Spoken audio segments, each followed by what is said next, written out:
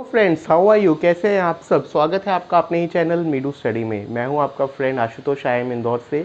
And जैसा कि आप जानते ही हैं, मीडू स्टडी है आपका अपना चैनल जिसमें हम मैनेजमेंट के अलग अलग टॉपिक्स और सब्जेक्ट्स को पढ़ते हैं, समझते हैं बड़े ही सिंपल वे में।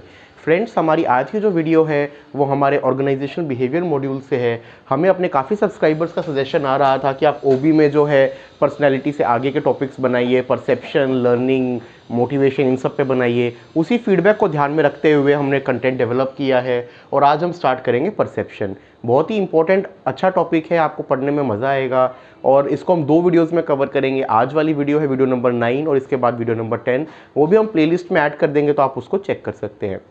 चलिए स्टार्ट करते हैं। सबसे पहले परसेप्शन को समझने से पहले ज़रूरी है एक वर्ड को समझना जो होता है स्टिमुलस। तो सबसे पहले स्टिमुलस को जानते हैं। स्टिमुलस इज अ थिंग और event that arouses a specific functional reaction in human being. मतलब ये कोई ऐसी चीज़ या कोई ऐसी घटना, इवेंट है जो कोई एक रिएक्शन करते हैं ह्यूमन बीइंग में। उसको मतलब सिंपल वे में, मतलब छोटा सा एग्जांपल देता हूँ। मान लीजिए आप जा रहे हैं, एकदम से बुरी स्मेल आती है, कोई कचरे की गाड़ी सामने से निकल रही है, आप एकदम से अपने नाक को कवर कर लेंगे हैंकी से या हाथ से। ये क्या था?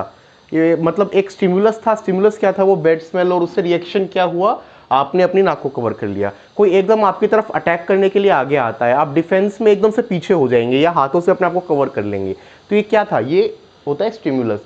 तो कोई भी ऐसी थिंग या कोई भी इवेंट जो कोई एक रिएक्शन ट्रिगर करे, उसे स्टिमुलस कहते हैं। अब आते हैं परसेप्शन पे। Perception is process of interpretation of stimulus perceived through the sensory organs of individuals. मतलब जो सेंसरी ऑर्गन्स है, जैसे भी मैंने एग्जांपल दिया कि आप पीछे हो गए उसको देख के, या फिर आपने आपकी नोज से स्मेल आई तो आपने उसको कवर कर लिया। ये सब 5 सेंसेस होती हैं। सेंसरी ऑर्गन से जो स्टिमुलस परसीव हुआ, उसके बाद जो आप उसको कुछ ना कुछ उसको इंटरप्रेट करते हैं, यही प्रोसेस कहलाता है परसेप्शन। और 5 सेंसरी ऑर्गन्स होते हैं: touch, taste, sight, hearing and smell. Touch के लिए आपका क्या हो गया? स्किन के लिए टच हो गया, टेस्ट टंग, साइट के लिए आईज, हियरिंग के लिए ईयर्स और स्मेल के लिए नोज, जो हम बेसिकली 5 सेंसेस बचपन से पढ़ते थे। अब आता है टाइप्स ऑफ परसेप्शन। तो नॉर्मली 2 टाइप के मेजर परसेप्शंस होते हैं।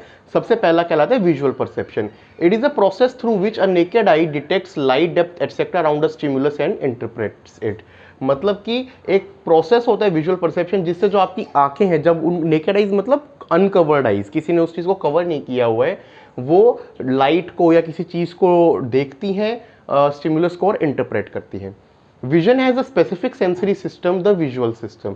Objects and events in human surrounding act as digital stimuli. तो विजन जो है विजुअल सिस्टम को ट्रिगर करता है, और जो ऑब्जेक्ट्स और इवेंट्स हमारे सराउंडिंग्स में एक तरीके के स्टिमुलस के वे में एक्ट करती हैं।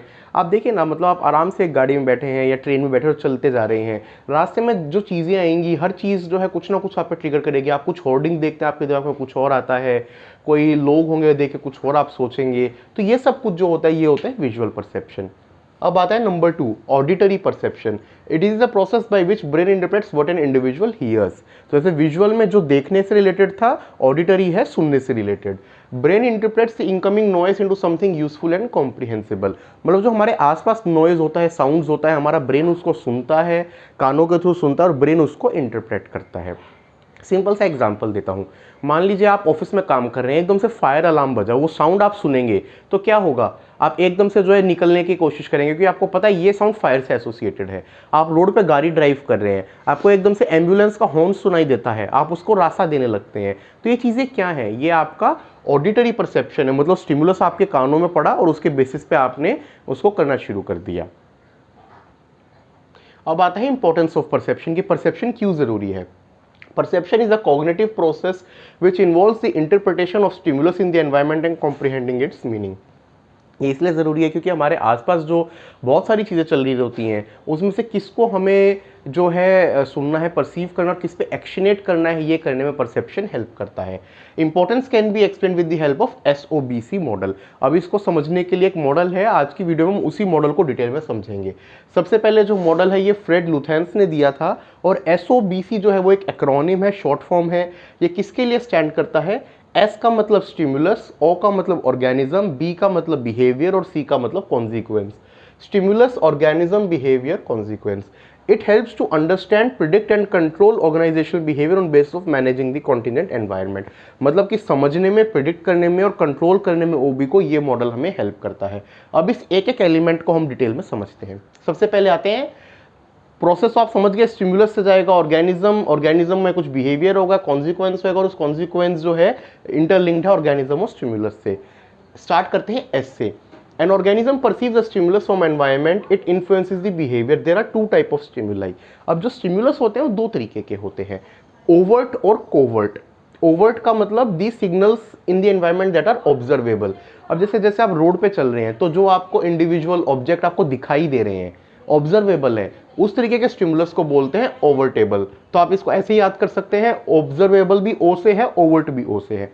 इसका अपोजिट होता है covert, signals that are not consciously observed, मतलब जो दिखाई नहीं देते लेकिन आपको किसी न किसी वे में फील हो रहे हैं। अब आप कहीं मान लीजिए पहाड़ों पे जा रहे हैं, जैसे जैसे आप जाएंगे टेम्परेचर कम हो जाएगा, आपको ठंडी हवा लगेगी, तो एकदम से जो है आप जैकेट पहन लेंगे, या मान लीजिए आप कहीं बाहर है तो आप आग जलाएंगे, कुछ करेंगे। तो इस केस में क्या हुआ था, वो चीज़ आपको दिखी नहीं बट आपने उसको फील किया, कुछ किया और उस बेसिस पे आपने एक्शन किया। ये स्टिमुलस होते हैं कोवर्ट स्टिमुलाई। अब आते हैं ओ पे। Organism uses his senses sight, hear, touch, smell, taste to perceive the stimulus. तो जो स्टिमुलस था, जो एस था, वो ऑर्गेनिज्म पे आता है और ऑर्गेनिज्म इन 5 सेंसेस से उसको परसीव करता है, उसको कहते हैं ऑर्गेनिज्म। अब आते हैं बी यानी behaviour. Sensory data is interpreted in human brain which marks the human behaviour towards stimulus. Response to a stimulus is a particular instance of behaviour. अब बिहेवियर बेसिकली क्या है, आपके पास जो स्टिमुलस ऑर्गेनिज्म पे आया उसके बेसिस पे जो है ह्यूमन ब्रेन में कुछ ना कुछ उस पर एक्शन आएगा और रिस्पॉन्स जो होगा वो एक पर्टिकुलर इंस्टेंस होगा कि किस वे में आप उस पर काम कर रहे हैं। अब इसमें दो तरीके के बिहेवियर हो सकते हैं, ओवर्ट बिहेवियर और कोवर्ट बिहेवियर। जैसे कि ओवर्ट और कोवर्ट स्टिमुलस था, तो ओवर्ट बिहेवियर क्या होता है, it is open and observable behaviour, वापस से ऑब्जर्वेबल। फॉर एग्जाम्पल, अब मान लीजिए हम एक एग्जाम्पल समझते हैं, चेस का एक गेम चल रहा है, आपके ओपोनेंट ने कुछ चाल चली, अब आपने जब चाल चली तो हर कोई देख सकता है कि आपने उस प्यादे को, उस घोड़े को या उस पर्टिकुलर पीस को उठा के कहाँ रखा, ये ऑब्जर्वेबल था, इसको कहते हैं ओवर्ट। अब होता है कोवर्ट। कोवर्ट हिडन, कंसील्ड या सीक्रेटिव होता है।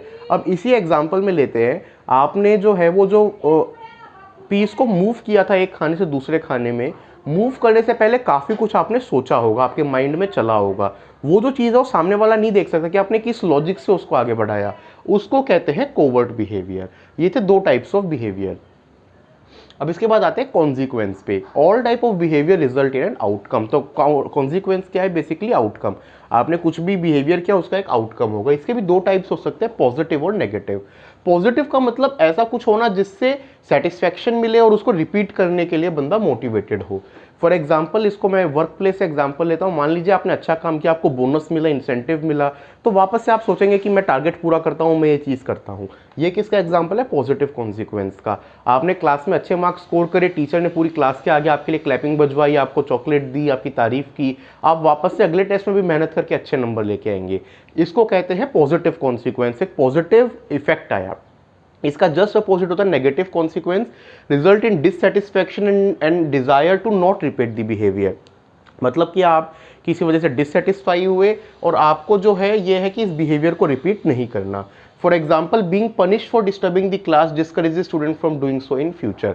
अभी जैसे हमने एग्जाम्पल लिया था कि आपने अच्छा किया, टेस्ट में अच्छा स्कोर किया, तो आपको जो है तारीफ हुई, सब हुआ, तो आप वापस से मेहनत करेंगे। इसका अपोजिट, आप क्लास में शरारत कर रहे थे, टीचर ने पिटाई कर दी, या आपके मार्क्स अच्छे नहीं आए, क्लास में सबके सामने आपको कुछ बोल दिया, तो इसका एक नेगेटिव कॉन्सिक्वेंस आएगा ताकि आप उसको फ्यूचर में ना करें, अगली बार आप शोर नहीं मचाएंगे या अगली बार आप तैयारी करके एग्जाम देंगे। इसको कहते हैं दोस्तों नेगेटिव कॉन्सिक्वेंस।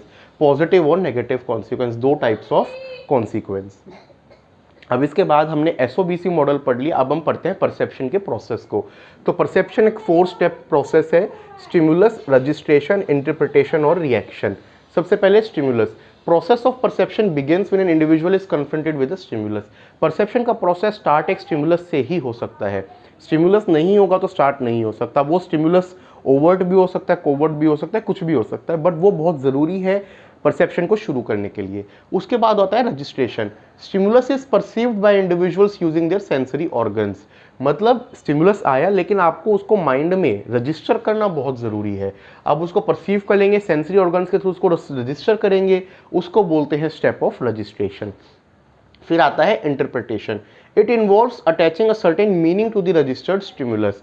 जो स्टिमुलस आपने रजिस्टर किया उससे कुछ ना कुछ मीनिंग को हम अटैच करते हैं, उसको बोलते हैं इंटरप्रिटेशन। मतलब आपको कुछ मिला, फिर माइंड में चलता है ना कि ये चीज़ ऐसे हुई है, ऐसे हुई है, इसको कहते हैं इंटरप्रिटेशन। फिर आता है रिएक्शन। फाइनल सब process is learn behaviour after interpreting a stimulus. आपने इंटरप्रेट कर दिया, फिर आप कुछ ना कुछ रिएक्ट करेंगे। एग्जाम्पल, रोड पे जो है उसका एम्बुलेंस के हॉर्न का बजना एक स्टिमुलस था, आपकी माइंड ने, कानों ने उसको रजिस्टर किया, उसके बाद आपने इंटरप्रेट किया कि भाई ये तो जो है एम्बुलेंस हॉर्न है, मतलब एम्बुलेंस पीछे आ रही है। रिएक्शन, आपने गाड़ी को साइड में कर लिया। आपने फायर अलार्म को सुना, स्टिमुलस, माइंड ने उसको रजिस्टर किया, प्रोसेस किया, इंटरप्रेट किया कि इसका मतलब कहीं ना कहीं आग लगी है, मुझे बाहर निकलना ज़रूरी है, और रिएक्शन, आप स्टेयरकेस से बाहर चले गए। तो ये होता है परसेप्शन का प्रोसेस। तो दोस्तों ये थी हमारी आज की वीडियो, जिसमें हमने जाना कि परसेप्शन क्या होता है, परसेप्शन के प्रोसेस को, एसओबीसी मॉडल को डिटेल में समझा। अगली वीडियो में हम इसी टॉपिक को कंटिन्यू करेंगे, आगे समझेंगे। आपको कोई भी कन्फ्यूजन हो, आप हमारी मेल आईडी midu.study@gmail.com पे लिख सकते हैं, या फिर कमेंट सेक्शन में बता सकते हैं। आपको हमारा चैनल अच्छा लग रहा है, वीडियो अच्छी लग रही है तो लाइक कीजिए, शेयर कीजिए और सब्सक्राइब कीजिए। Thank you friends, take care.